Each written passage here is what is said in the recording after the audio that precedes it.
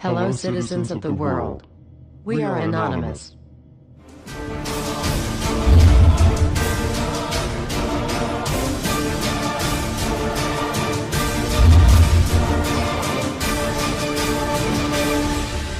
Guess what, world? We are back. Everywhere you look, corruption. We continue to fight pointless wars over lies, and we are killing innocents and letting our children die in wars just to ensure the Federal Reserve can continue their petrodollar scandal. We are sitting idly by while these crooks continue to loan fake money out to us at interest, stealing our homes, and enslaving our children. Let me make this extremely clear to all of you listening. Many corporations, especially the Federal Reserve, used the government to steal $17 trillion from your children. Your children did not have that money. They are now debt slaves. These people have stolen money from your children that are not even born yet, and sold their freedoms. They have enslaved you and many around the world. Wake up, world. And they did all of this by counterfeiting money and loaning it out at an interest. They have stolen hundreds of trillions from people around the world. Have you heard about Microsoft's Xbox manufacturers in China? They had to install suicide nets outside their buildings to ensure their employees don't jump out of the window to commit suicide. These are the conditions your children in the US will be working under when the debt is soon owed, and it will be owed. It is not a matter of if it will be owed, but it is just a matter of when. And it will happen as soon as the United States economy collapses, which will happen very, very soon. And if you think because you do not live in the United States this does not affect you, you are wrong. And you are next. The only way we can stop this is if we all unite together and fight it. People of the US are waking up to the Federal Reserve scandal, and the powers that be are currently afraid of retaliation. And that is precisely why they trying everything they can to disarm us. You know how the media has been saying gun violence has been out of control and at an all-time high. They are not simply twisting the truth here or exaggerating. They are absolutely bold-faced presenting lies to you. First off, realize, gun violence in the United States has always been shockingly low. And gun violence has dropped by 49% in the last 11 years. The already absurdly low gun violence in America has literally dropped in half. In half. The fact they are saying that it is at an all-time high perfect demonstrates how biased the government and the media is. If this doesn't prove to you that they have an agenda, then nothing will. Do you remember how the media keeps repeating that there has been 74 school shootings since Sandy Hook? Those 74 shootings were not even mass shootings like they claim. Most were suicides and none of them even took place at a school. Not a single one. They are presenting lies to you, America. When will you wake up? At some point you have to ask yourself, why would the government fake 74 mass school shootings involving children? If they get our guns, we will lose the fight against them. And they will take away absolutely all of your freedoms and you and your children will be forever slaves. And don't forget they purposefully put you and your children into that debt. And because the Federal Reserve is present in all countries, the other countries of the world are next soon after. This plan is called the New World Order. It is the same New World Order the Vice President of the United States called for on national TV a month ago. He said we need to strive for and complete the New World Order. This is also the same New World Order President George Bush and President Kennedy said is our country's lifetime goal. And the same New World Order George Bush said on national TV said will happen no matter what we do, and we cannot prevent it. This has all been a long-time plan. The Federal Reserve and their partners want complete control of humanity. We cannot let this happen. They want to rule over us, like kings and queens. And humanity will be forever lost to enslavement by a bunch of tyrants who have publicly admitted they want to kill off the majority of the population so the masses are easier to control. They are going to wipe your bloodline completely off of the earth. He'll tell you the order of things to happen. The enslavement will follow immediately after guns are taken away and you cannot fight back. If they cannot get the guns before the economic collapse, then they will wait until the economy collapses. When the economy collapses, people will be starving. There will be looters and shootings. The government will insist on taking guns away to help, and as soon as the guns are taken away, then we will fall into a complete dictatorship. Do not fall for it. Remember, They are the ones who caused the economic collapse to begin with. This is the same tactic used on Germans and it worked. So expect it. As soon as the economy collapsed and the masses were starving, the German government asked the people to give up their rights and they listened. And then eventually the government was throwing the naked masses into giant burning hot ovens for mass execution. Do not give up your rights. Do not give up your guns. Fight back, as they were the ones who caused the problem. Just so you know, the people who are behind this Federal Reserve scam and New World Order are the same ones who funded Hitler's campaign. Make no mistake, these people are as brutal as Hitler himself, even more brutal. In fact, now we are going to show you some. Assuming America grows some balls and we win, we will need an overall plan. We have come up with a perfect plan. This plan offers extraordinary possibilities. It will make for the most beautiful and free world you can ever imagine. If we are successful, we can leave a much better for our children. A beautiful world. Watch every minute of the rest of the video. Do not skip a single bit of it, as it is all important. If this one video gets out to and can change the world, this is your opportunity to make a difference. Please share this video. What you want with it, get paid for the views. We don't care. Just get the message out there for the world to see. Now sit back and relax, enjoy the movie.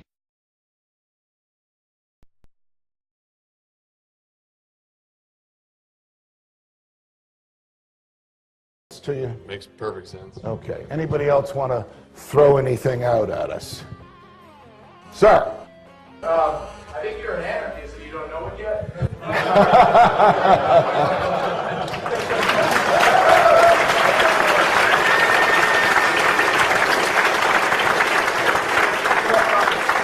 Do you hear me denying anything?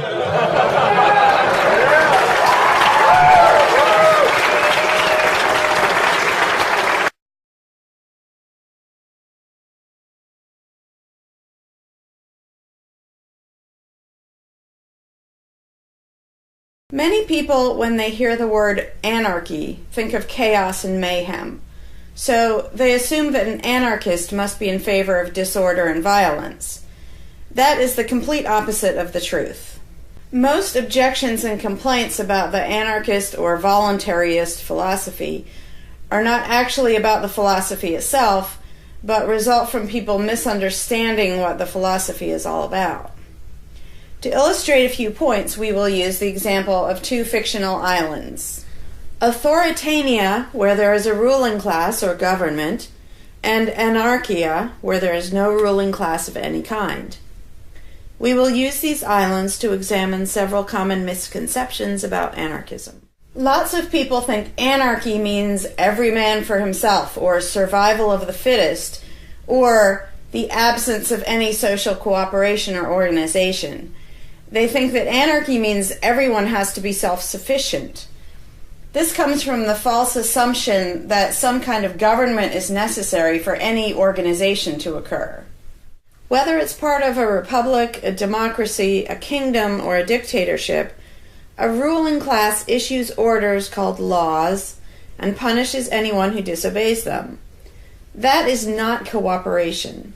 That's domination. It's one group forcing its will on another. Authoritarianism can be used to force people into organized patterns, but that does not mean that people are incapable of organizing their activities without being forced. The most productive and useful examples of organization that we see today are anarchistic in nature. No one was forced to build the grocery store you go to. No one was forced to produce or sell anything in it. Everyone involved in the vastly complex operation of growing your food, transporting it, displaying it in the store, and selling it to you, everyone involved participates voluntarily, working in exchange for money. You and all the other store customers choose freely which store to go to and what to spend your money on. This purely voluntary arrangement allows for an amazingly complex degree of organized cooperation without anyone being coerced to participate. In contrast, under government, a very small group of people comes up with an idea and forces everyone else to participate in it and provide for its funding with tax dollars. In the authoritarian version of a supermarket, the ruling class would tell people what to produce and how much, what prices to charge, and they would tell customers what they must buy and what they must pay. Anyone who did not comply with the centralized master plan would be punished in some way. That is how government does things. Which one of these would you prefer? Another common but incorrect assumption is that if there were no ruling class or no government, people would have no way of defending themselves against common criminals or foreign invaders. Again, this is simply not true. The government version of protection is inherently hypocritical. Governments will use their hired law enforcers to find and lock up some of the private thugs and thieves and prevent them from preying on people. But every ruling class gets the money for its operations by way of taxation, demanding money from its subjects and punishing those who don't pay up. Oddly, every ruling class insists that it needs to be able to forcibly control and extort money from people in this way in order to protect them from private criminals who might try to forcibly control and extort them. In contrast, if there is no government, people do not lose their inherent right to defend themselves from violence or to defend what they have from those who would take it. Every person has this right, and they also have the right to organize and cooperate with each other to exercise that right. Organizing for mutual defense does not require any government-granted laws or authority. No one wants to be attacked or defrauded, and everyone wants to feel safe. Whether each person takes this on himself or herself individually, or whether they hire and organize others to do it on their behalf, it can be done on a voluntary basis. Those who insist that government is necessary often claim that if there wasn't a government, then smaller private gangs would spring up to enslave and rob people. Organized crime gangs exist along with government, and most people do not understand the dynamics between them and how government enriches and empowers organized crime while appearing to fight it. Black markets enrich organized crime, and money allows them to buy government protection. There's no reason to think they would do as well in an environment of freedom, where they would have fewer ways to make money and would be up against both individual and organized armed citizens. A criminal gang that's recognized as such has far less power than a gang whose aggression is perceived to be legitimate and proper. And that's the gang we call government. When thuggery is called law enforcement, and thievery is called taxation, and self-defense is called crime and terrorism, then even the widespread ownership of firearms can't do much to stop the aggression. Imagine a private gang trying to do the things that government does without the aura of authority, and imagine how a well-armed population would respond to this. The gang would fail quickly and dramatically. Another concern that people have when they first consider the idea of a stateless society is that some people are truly malicious, destructive, and sociopathic. The concern is that these people would be free to do anything they wanted and no one would stop them. But this concern is again based on a basic misunderstanding of human nature. Wherever we have a government ruling class, we still have freelance thieves and thugs who are not deterred by the laws of the politicians. In some instances, they're stopped by force by the police, or they decide not to commit a crime for fear of what the police might do to them. What makes this deterrence work is not the legislation or the official badges, but the simple threat of harm to the sociopath. It really makes no difference whether the threat comes from the police, or another citizen, or even another criminal. A sociopath doesn't care about laws or social rules. He cares about avoiding pain and hardship for himself. This is still true when a government ruling class is not involved at all. If the intended target of a would-be carjacker pulls out a gun, it doesn't make any difference to the carjacker whether that person has a badge or whether there's a law against taking people's cars. Discouraging nasty people from hurting others does not require special authority, only the ability to use defensive force. Ironically, though people hope that government will protect them, having a government, a gang which is believed to have the right to tax and control people, just creates one gang so big and powerful that normal people can't resist it.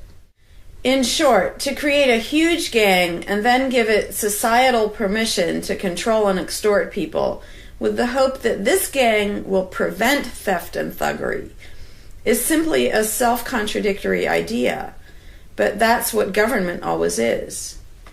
Some people might assume that if people organize for mutual protection and defense, then that's what government is. But there's an essential difference. People coming together to do something that everyone has the right to do, such as defend yourself, doesn't require any special authority. It's not government unless one group of people claims the right to do things which others do not have the right to do, such as taxing and controlling innocent people. Organized defense can be very effective without supposing the special right to rule over others. In other words, without being government. In contrast, governments rob the people they rule of far more wealth than private crooks could ever manage, making the idea of a protector government ridiculous. Another common objection to the idea of a stateless society is the notion that, if not for a group of lawmakers telling the rest of us how to behave, we would all behave like stupid, irresponsible, violent animals. This claim implies one of two things.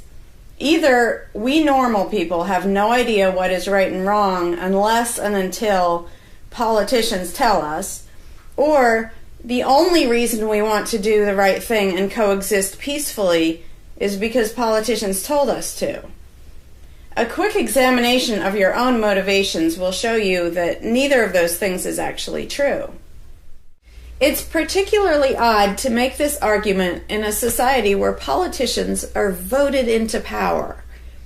If the people themselves have no moral code and no conscience, and are just stupid, violent animals, why does almost everyone want government to keep the peace and protect the innocent? Would a population of vicious, heartless, evil people try to elect good people to keep the evil people in line? Obviously not. The goodness and the desire for order and peace comes from us, not from the lawmakers we vote into office. The same holds true of everything that government does. If people are so short-sighted and selfish that they can't be trusted to voluntarily organize and raise money for whatever they deem important, then how can those same people be trusted to decide who should be in power? The implication is that the average person can't be trusted to run his own life, but can be trusted to choose someone to run other people's lives. Government is really not a civilizing influence. It's actually an uncivilizing influence. People who would never personally rob their neighbors constantly use the government to do it for them by way of taxation. People who would never dream of trying to control minute details of their neighbors' lives think it's just fine to vote for politicians to do it instead. Government gives everyone the opportunity and encouragement to rob and control other people without risk. So government, rather than serving as a check against the imperfections of our nature, instead drastically amplifies our greed, irresponsibility, and malice towards other human beings by giving us a legally acceptable and risk-free way to interfere with the lives and choices of our fellow men and women. Government brings out the criminal and busybody in everyone. In contrast, in the absence of a ruling class, people would lose their ability to ask lawmakers to interfere with their neighbors' lives. And we would not have law enforcers who could avoid responsibility for evil deeds by claiming that they were just following orders. Throughout history, far more theft, assault, oppression, and even murder has been committed by those acting on behalf of a supposed authority than by anybody else. Even basically good people, when they believe in government, will condone things or do things which they know would be wrong if they did them on their own. Most people know that theft and assault are bad, but they imagine that controlling their neighbors and forcing them to spend their money on things they don't want is perfectly moral and legitimate when it's done by way of the political process.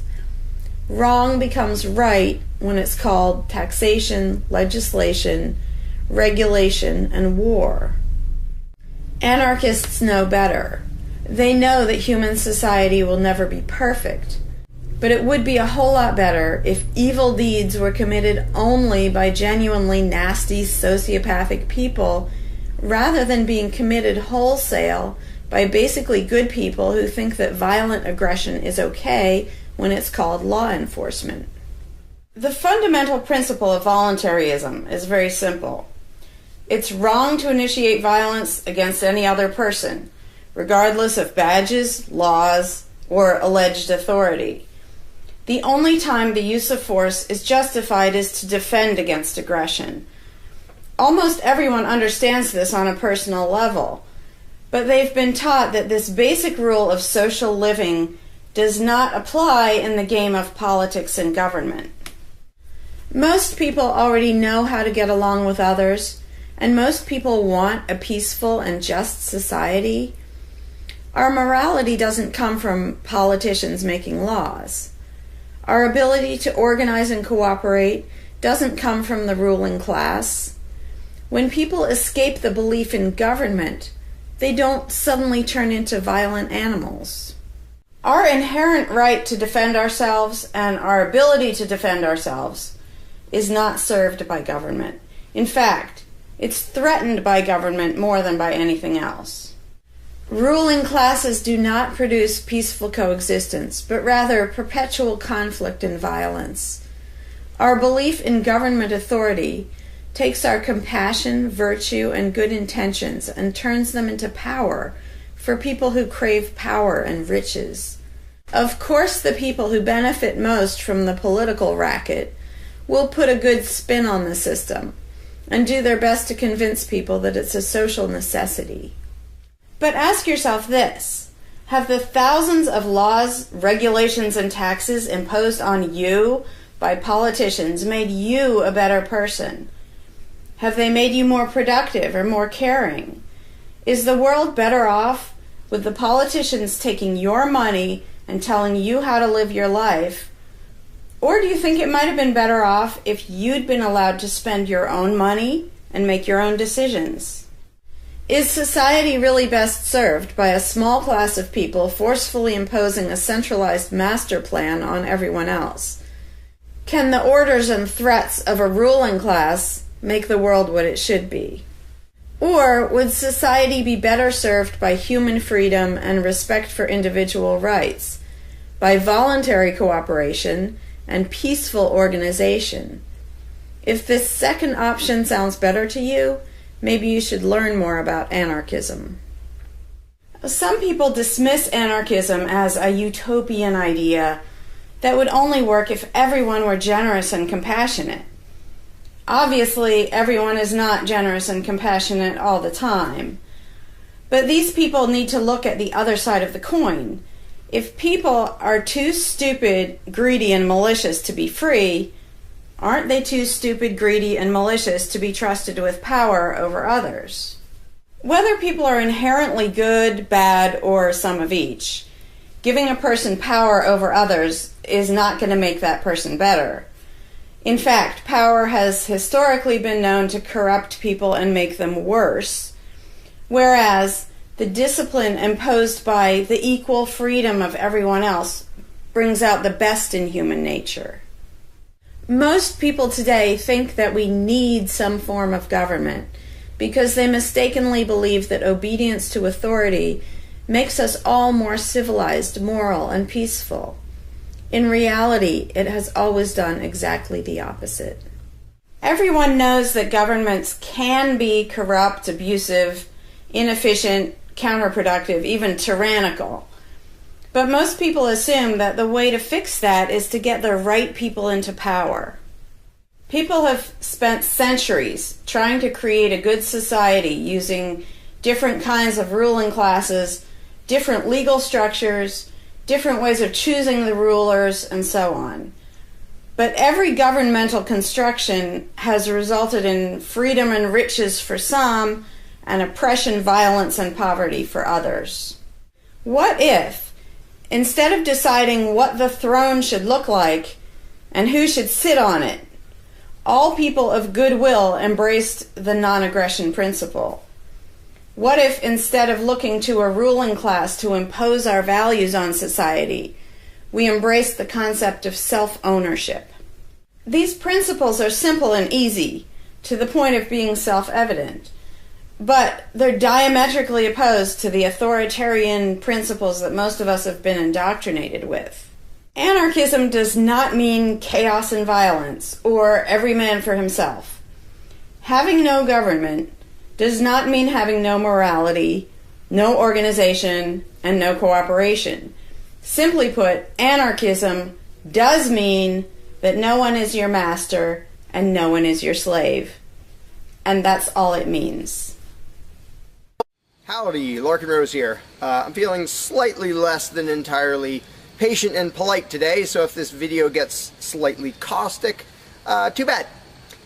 This video is for all the people who are constantly saying, well, if not for government, we couldn't have roads, or we couldn't have police, or nobody would care for the poor, or we wouldn't be protected, whether it's from local thugs or from foreign invaders. We wouldn't have this, we wouldn't have that. So thank goodness we have government and taxes, because we wouldn't have any of those things.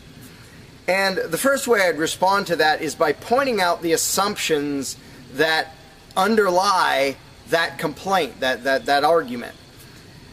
Basically what people are saying, because let's be clear about what the terms mean, government is the people who boss everybody else around. And taxes are those people demanding money from us. So they basically tell us, hand over a whole bunch of money and we'll decide how to take care of you. We'll decide how to spend your money. If we don't like it, too bad, we don't really have a choice. Like, well, you can vote in a few years and maybe something will change, even though it totally won't. So that's what people are saying. Basically, if we didn't have a ruling class stealing our money and then supposedly spending it to protect us, how could we possibly have roads or anybody to protect us? The implication is that in this country, for example, 300 million people would just sit around thinking, oh, we can't do it. Without politicians and tax collectors, we can't have a road, we can't protect each other, and we can't... And it rests on this bizarre assumption that things that almost everybody wants, they wouldn't do anything to make happen unless there were politicians forcing us to give them money so they can make it happen. And so an example I like to use is, let's apply the same argument to food, because food is pretty darn important. I think everybody can agree. Let's apply the same argument that statists use about the roads or caring for the poor or protection or anything like that. The argument would go like this. Now, in the context of food, listen how idiotic this is. If we don't have government demanding money from all of us under the threat of caging us, and that's what taxation is, here's the money you have to give us, here's the nasty things we do to you if you don't. If that didn't happen so that they could build a big food production and distribution system and feed us, well, we'd all starve. We'd all just sit around saying, gosh, I wish we had food, but you know, no politicians and tax collectors. We're just going to sit around and starve to death.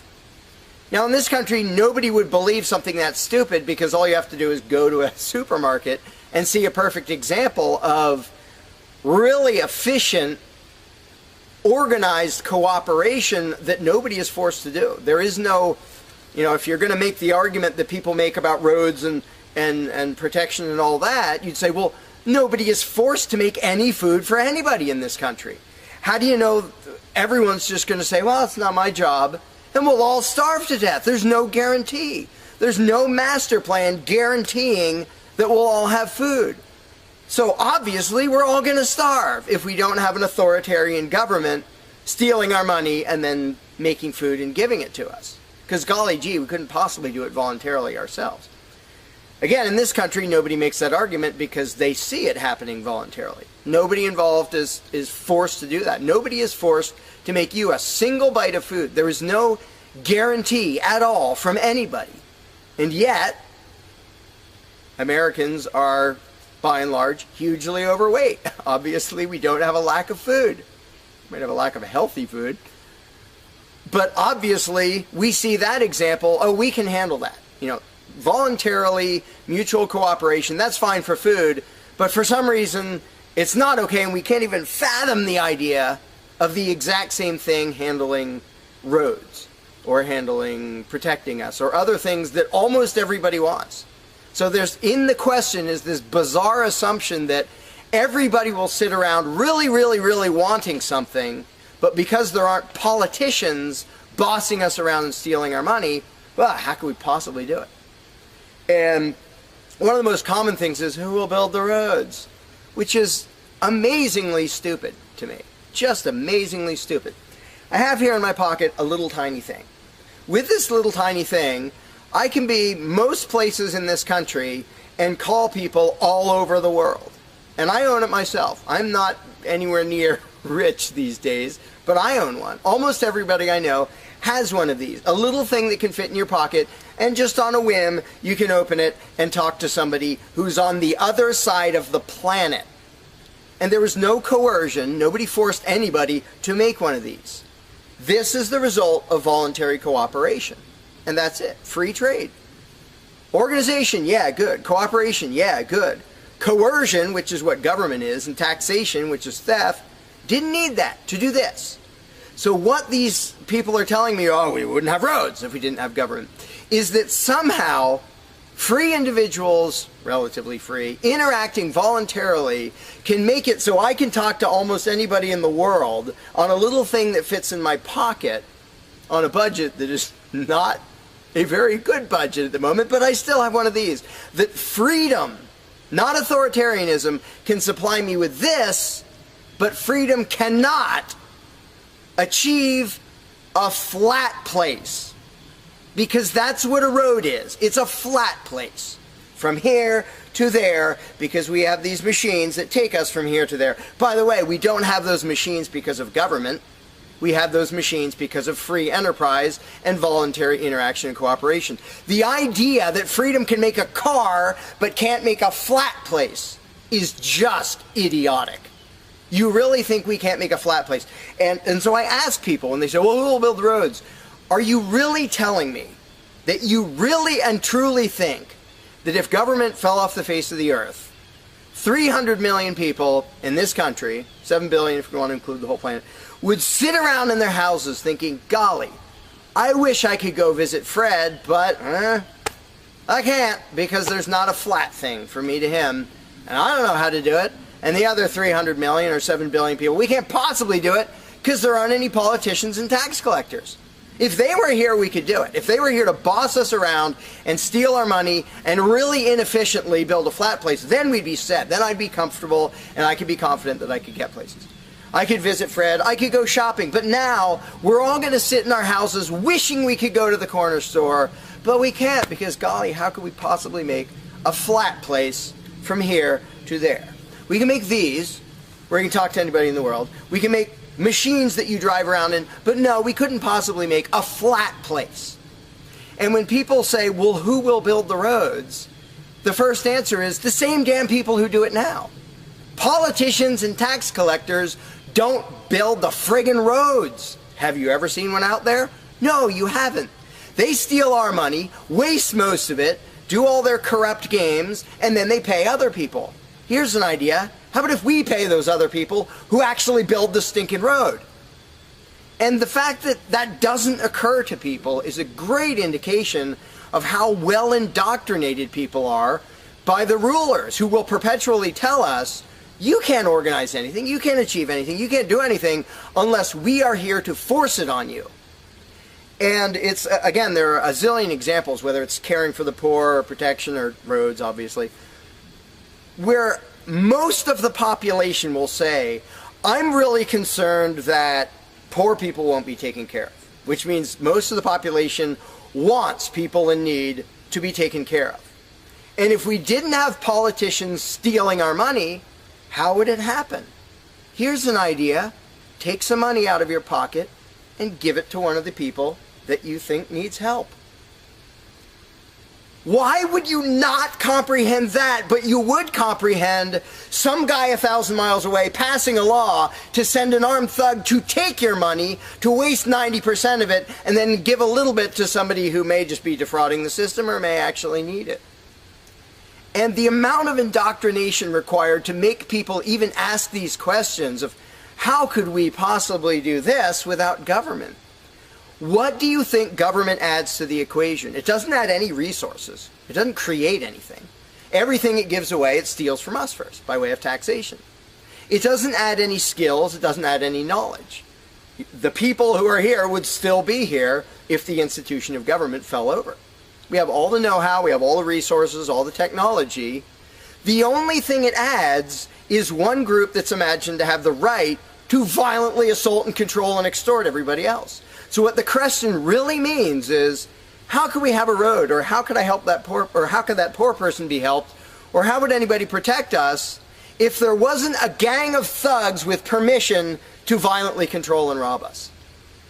And when you recognize that that is literally what the question means, you already see how utterly idiotic it is. And it's completely the result of authoritarian statist indoctrination. Nobody would come up with that on their own.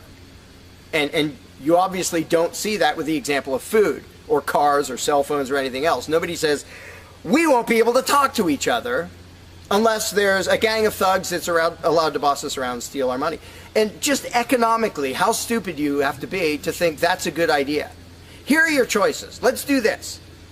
I'll give you these two choices for how you will be fed from now on. Either you can go spend your own money wherever you want. You can go to the supermarket or the local this or the local grocery, whatever you want.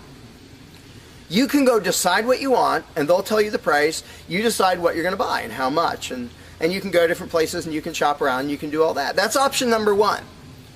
But let me warn you, option number one does not give any guarantee that you will be fed.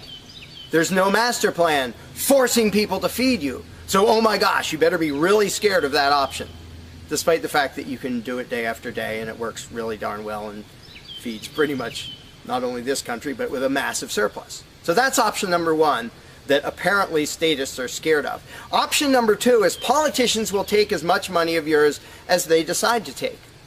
Then they will decide what, if anything, they will buy with that money in terms of food to give to you, to feed you.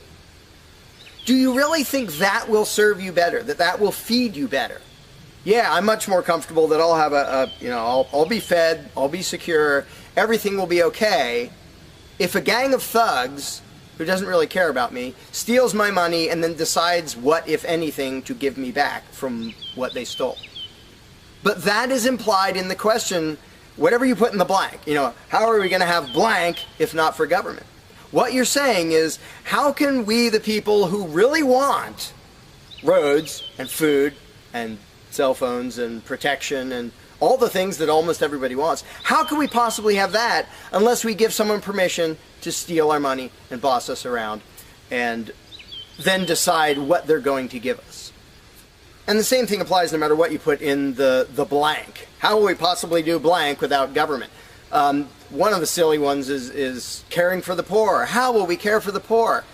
Think of what that means. Like when more than half the country votes for a party to take care of the poor, it's more than half of the country saying, we're really concerned and we want to make sure that the less fortunate are taken care of, but we don't believe that normal people acting in freedom will take care of them. Well, if the people didn't care about the poor, they wouldn't win the election. By definition, if you vote for a welfare state, you're an idiot. Because either people are heartless bastards and you're going to lose, or people are compassionate and giving and you don't need to win. Just give them your stinking money. But people play the game, and that's the Democratic Party lives off of the idiotic notion that you're all so heartless that you should vote for us to steal your money to give to the poor. And half the country falls for it. Yeah, we're all so heartless that we voted you into office for the specific purpose of taking our money to help the less fortunate. That's just freaking brilliant. How about if half the country just gave their stinking money to the less fortunate? And then the less fortunate would all be rich, because it would be 1 trillion times more efficient than the government version of welfare ever is. Also, it would be actual charity instead of mass theft and corruption and fraud and all that fun stuff. But what takes the cake, the ultimately insane thing, whatever you put in that gap, how can we have blank without a parasitic ruling class and a bunch of hired thieves? It's just a stupid question, but it's extra super stupid when what's in the blank is, how will we be protected? Who will protect us from thieves and robbers if we don't have government? It's the most idiotic question. It's also the most frequent question from statists. So here's what the question literally means. If we don't give a certain gang of people permission to violently control us and take our money under threat of putting us in a cage, who will protect us from people who might commit aggression against us and take our money? Wanting government for that is exactly as brilliant as saying, we have to have a carjacker in our town, otherwise somebody might steal our cars. Government is an appointed thief. If you don't think taxation is theft, first of all, you're a really well-trained slave. Second of all, try not paying, see what happens. See if they say, oh, it's quite all right. Or if they say, no, you're going to pay, or we're going to take your stuff, or eventually we'll put you in a cage.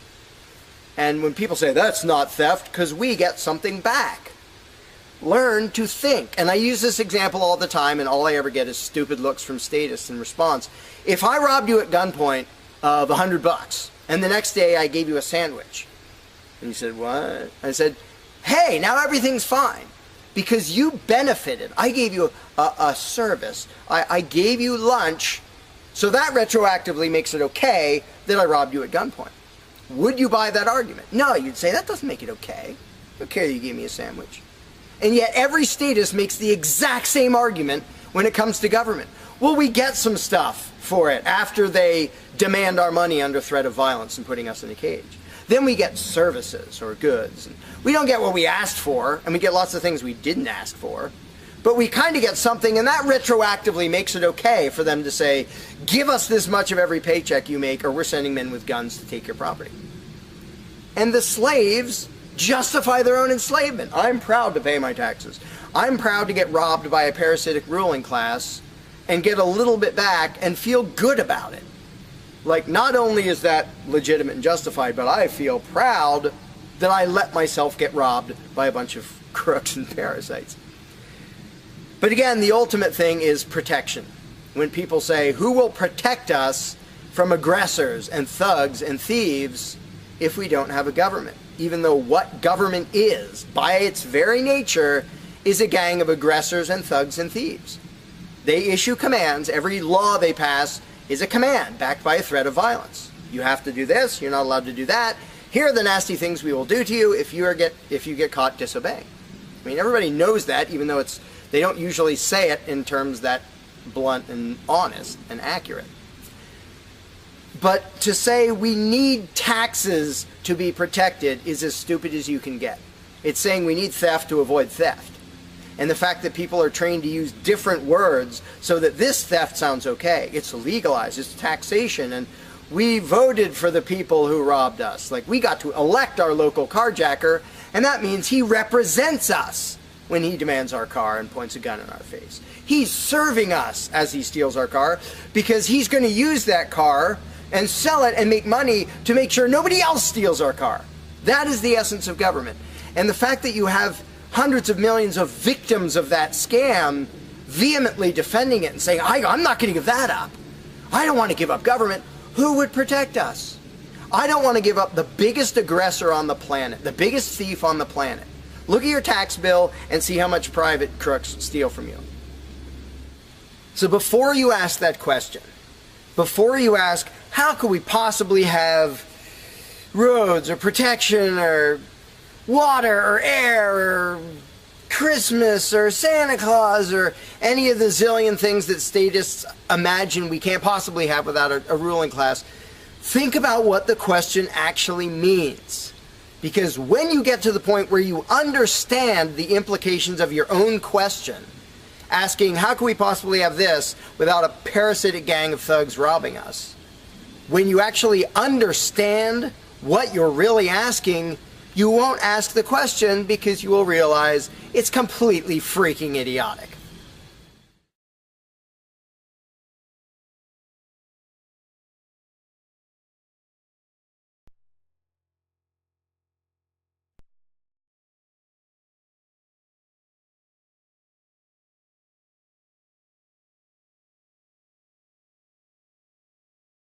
You cannot begin to imagine in how many ways the world is the opposite of what you have been taught to believe. You see the guy who sells drugs to willing customers so he can feed his family as the scum of the earth, while you see the hypocrite who gives away stolen money in the name of government as a saint. You see the guy who tries to avoid being robbed by the federal thugs as a crook and a tax cheat, but see as virtuous the politician who gives away the same stolen loot to people to whom it does not belong. You see the cop as a good guy when he drags a man away from his friends and family and throws him in prison for 10 years for smoking a leaf. And you see anyone who defends himself from such barbaric fascism as the lowest form of life, a cop killer. In reality, most drug dealers are more virtuous than any government social worker, and prostitutes have far less to be ashamed of than political whores, because they trade only with what is rightfully theirs, and only with those who want to trade with them. The upstanding, church-going, law-abiding, tax-paying citizen who votes Democrat or Republican is far more despicable and a bigger threat to humanity than the most promiscuous, lazy, drug-snorting hippie. Why? Because the hippie is willing to let others be free, and the voter is not. The damage done to society by bad habits and loose morality is nothing compared to the damage done to society by the self-righteous violence committed in the name of the state. You imagine yourselves to be charitable and tolerant when you are nothing of the sort. Even the Nazis had table manners and proper etiquette when they weren't killing people. You think you're good people because you say please and thank you? You think sitting in that big building on Sunday makes you noble and righteous? The difference between you and a common thief is that the thief has the honesty to commit the crime himself, while you whine for government to do your stealing for you. The difference between you and the street thug is that the thug is open about the violence he commits, while you let others forcibly control your neighbors on your behalf. You advocate theft, harassment, assault, and even murder, but accept no responsibility for doing so. You old folks want the government to steal from your kids so you can get your monthly check. You parents want all your neighbors to be robbed to pay for your kids' schooling. You all vote for whichever crook promises to steal money from other people to pay for what you want. You demand that those people who engage in behaviors you don't approve of be dragged off and locked up, but feel no guilt for the countless lives your whims have destroyed. You even call the government thugs your representatives, and yet you never take responsibility for the evil they commit. You proudly support the troops as they kill whomever the liars in D.C. tell them to kill, and you feel good about it. You call yourselves Christians or Jews or claim to follow some other religion, but the truth is what you call your religion is empty window dressing.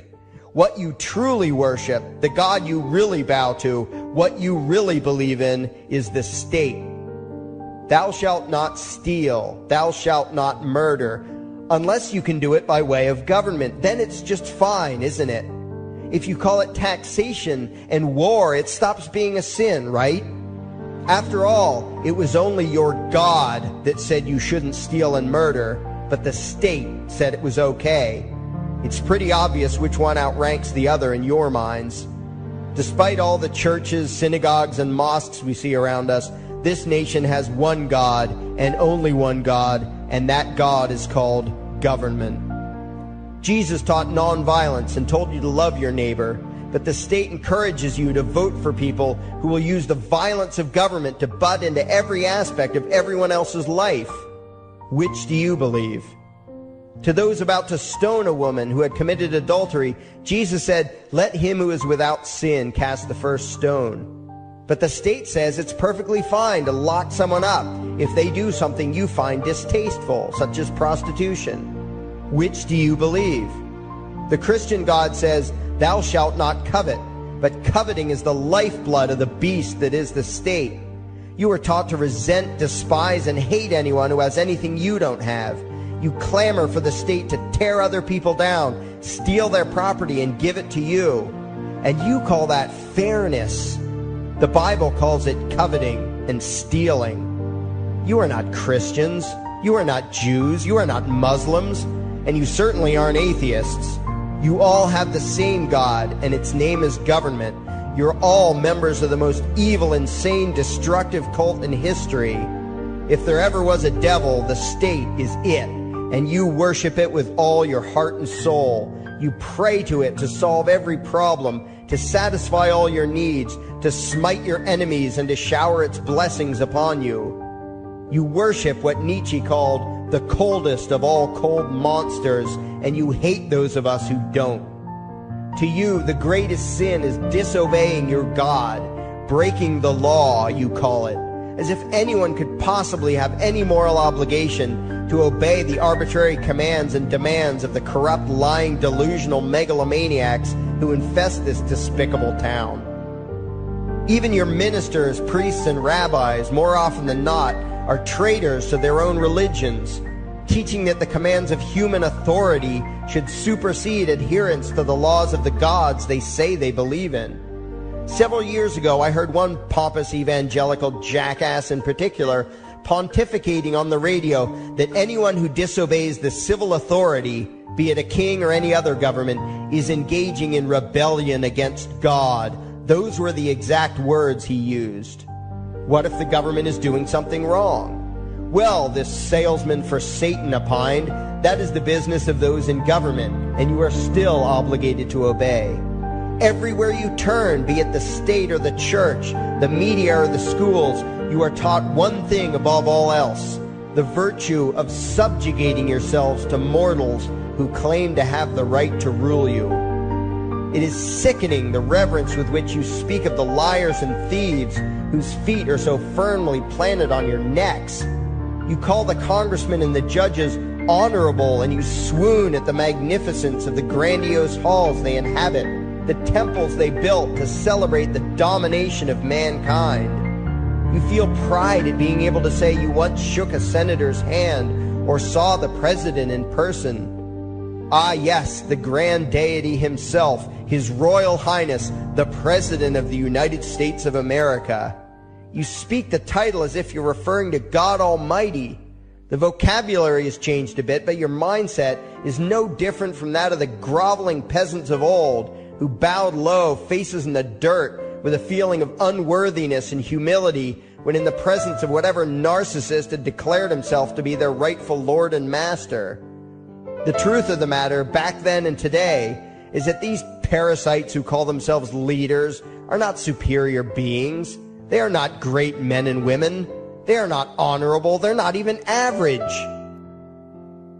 The people who earn an honest living, from sophisticated millionaire entrepreneurs to illiterate day laborers doing the most menial tasks you can imagine, those people deserve your respect. Those people you should treat with courtesy and civility. But the frauds who claim the right to rule you and demand your subservience and obedience, they deserve only your scorn and contempt. Those who seek so-called high office are the lowest of the low.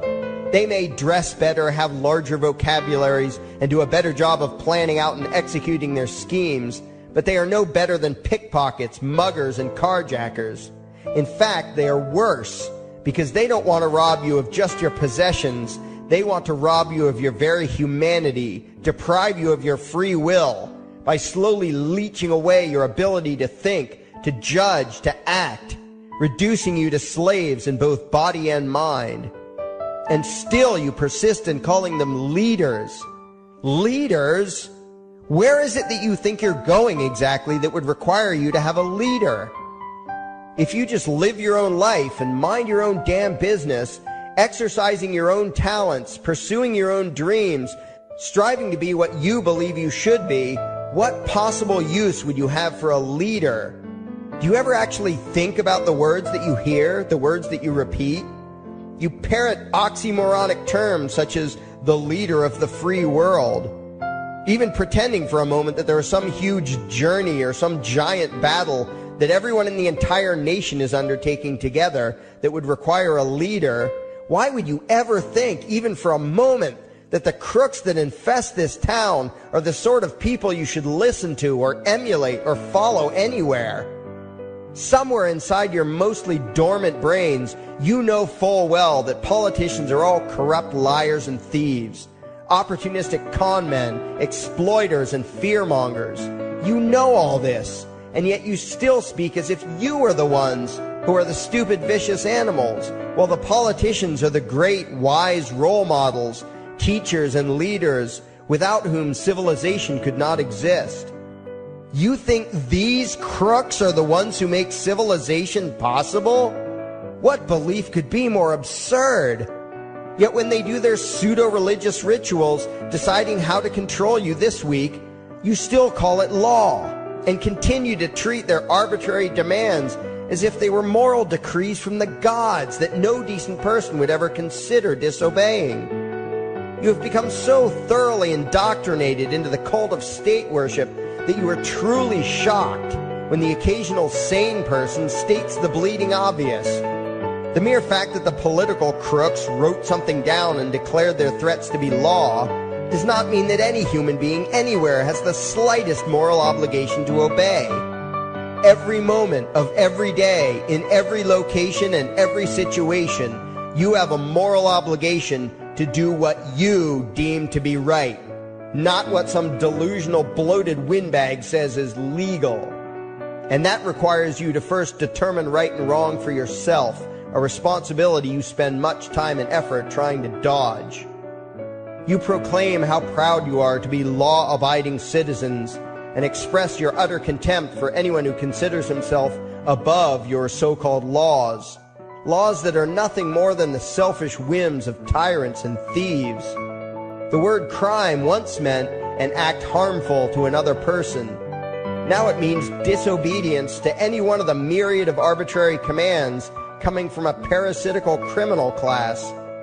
To you, the term crime is nearly synonymous with the word sin, implying that the ones whose commands are being disobeyed must be something akin to gods, when in truth they are more akin to leeches. The very phrase, taking the law into your own hands, perfectly expresses what a sacrilege it is in your eyes for a mere human being to take upon himself the responsibility to judge right from wrong and to act accordingly, instead of doing what you do, unthinkingly obeying whatever capricious commands this cesspool of maggots spews forth. You glorify this criminal class as lawmakers and believe that no one is lower than a lawbreaker, someone who would dare disobey the politicians. Likewise, you speak with pious reverence of law enforcers, those who forcibly impose the politicians' every whim upon the rest of us. When the state uses violence, you imagine it to be inherently righteous and just, and if anyone resists, they are, in your eyes, contemptible lowlifes, lawless terrorist criminals. Like the lawless terrorist criminals who helped slaves escape the plantations. Like the lawless terrorist criminals who helped Jews escape the killing machine of the Third Reich. Like the lawless terrorist criminals who were crushed to death under the tanks of the Red Chinese government in Tiananmen Square. Like all the lawless terrorist criminals in history who had the courage to disobey the never-ending stream of tyrants and oppressors who have called their violence authority and law. And that includes the lawless terrorist criminals who founded this country. Everything you think you know is upside down, backwards, and inside out.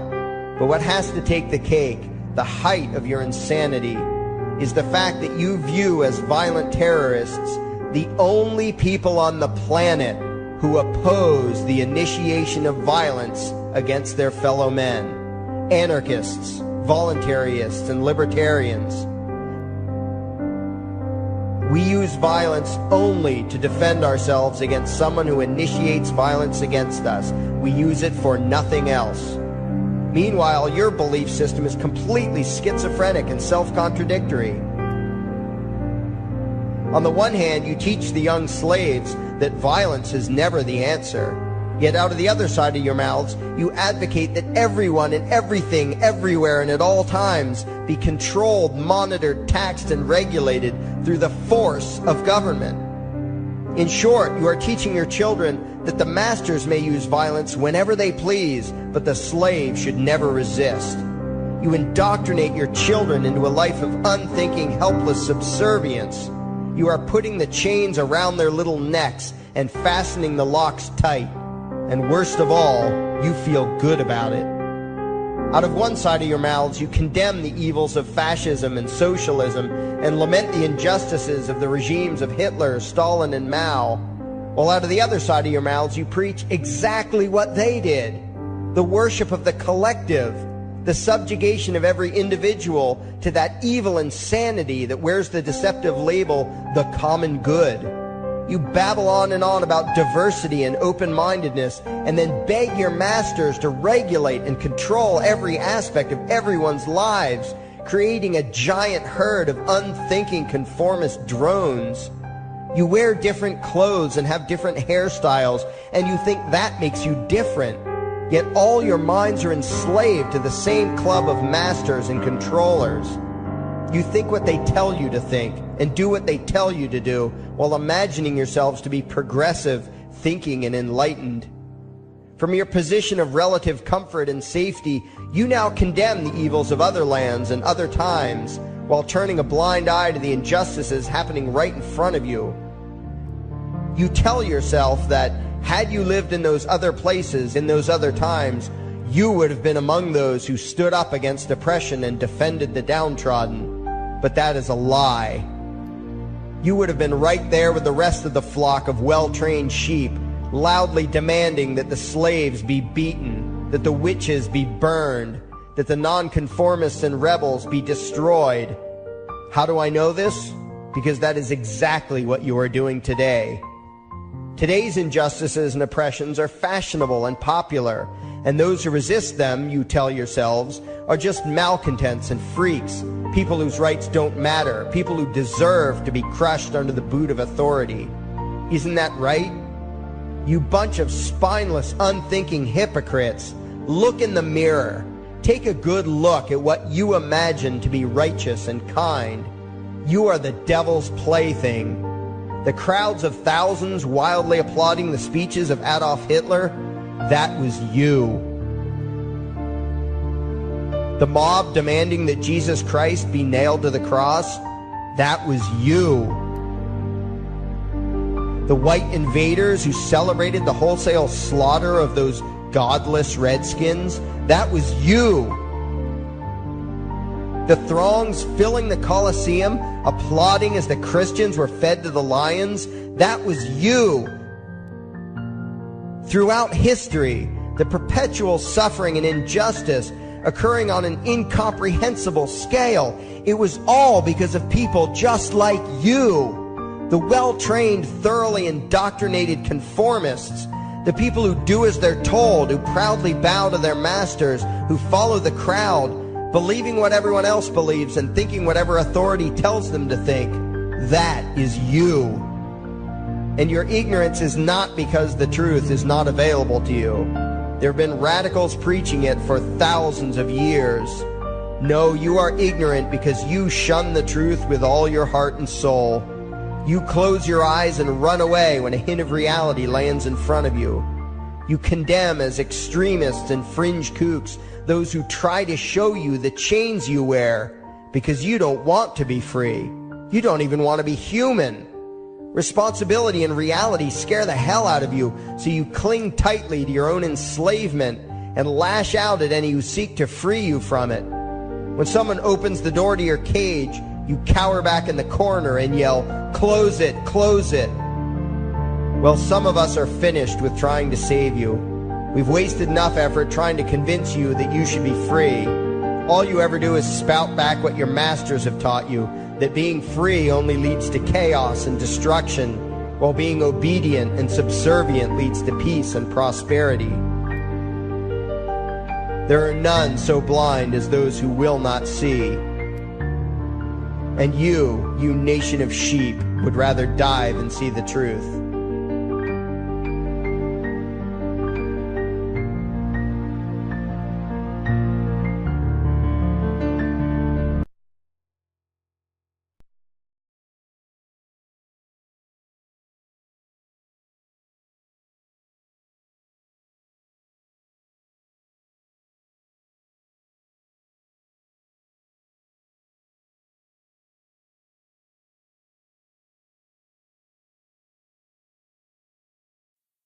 There is something I need you to do. Favorite, like and share this video. Now that you have done that, go to your browser add-ons, download YouTube Video Downloader, come back to this video and save the video to your computer and upload it to your YouTube channel.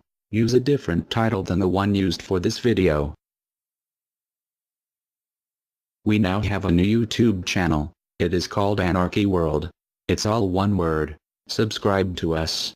And the videos used in this video were by Larkin Rose, also one word. Look for his channel and subscribe to him as well. Thank you. And by the way, these are the people responsible.